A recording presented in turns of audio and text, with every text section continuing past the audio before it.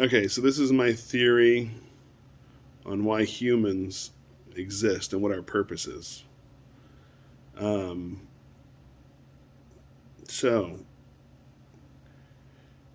if you look at the CO2 level over the course of the last like billion years, it goes up and it goes down.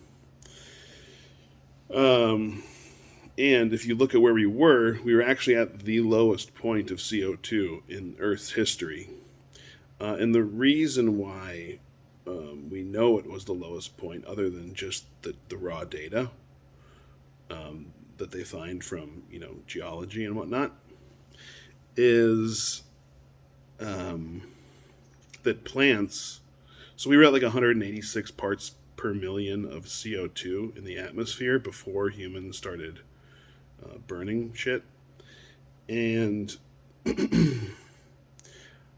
maybe we're like 220 parts per million. I don't know the exact numbers, but at like 180 parts per million and below, plants all die off except for like cactuses and like a couple other weird plants. So like grain would stop growing, corn would stop growing, trees would stop growing, um, and they actually don't grow very well, and they're more susceptible to diseases um, than if there were higher CO2 levels. So like greenhouses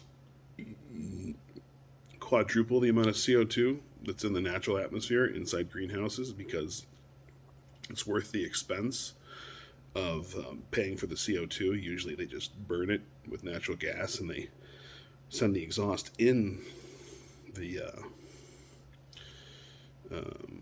into the greenhouse, and then they release the heat just out to the open air because it's worth burning gas for. That's how useful high CO2 levels are to plants.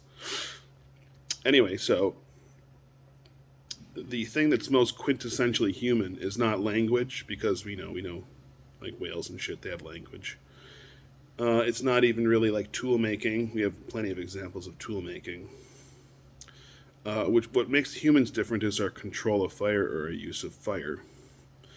So um, that's what's happened over the last like billion years is that we've been burying CO2 through a couple of different important methods. One of them is like trees didn't dissolve, and you know plankton turns into oil; it doesn't get fully used up, and seashells get created, and that pulls CO2 out of the water. So we've had all these things that are going on that's slowly been sucking CO2 out of the air without plate tectonics, which is usually what sends CO2 back up into the atmosphere. I don't really know for sure if our plate tectonics has slowed down, but it hasn't been bringing our CO2 levels up over the last 120 million years. It hasn't helped us at all, almost.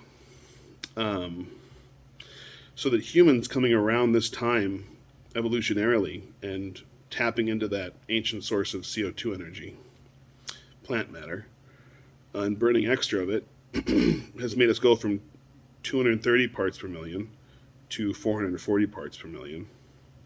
And this has actually increased the growth of plants on the earth. It's called the greening. Google the greening of the earth, and it's because of CO2.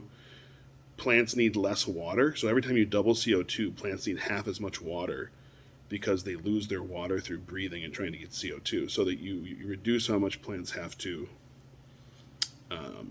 breathe, how often they have to breathe if you increase the level of CO2.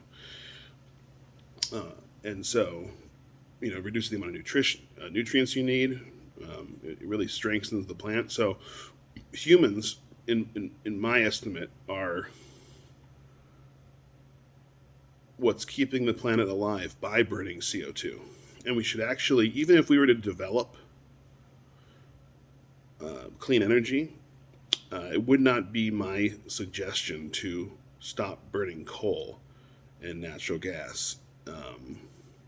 It's actually so useful that governments, even if there is clean energy, should still continue to dig up coal and burn it cleanly, of course, and then use the filtration of the coal burning to turn it into like fertilizer, which they do right now too. because we actually, even if we find clean energy, we still need fertilizer. So, and all those are like plant and oil based. So, yeah, that's my theory on humans. So when you're asking yourself, what am I fulfilling my destiny, my reason for being here? As long as you're plugged into the grid, as long as you have a car, and as long as you're using up resources, which is a problem in general, but I don't have a problem with creating CO2. I think that it is a double good because we get energy from it and we're helping to feed the plants through CO2 increase.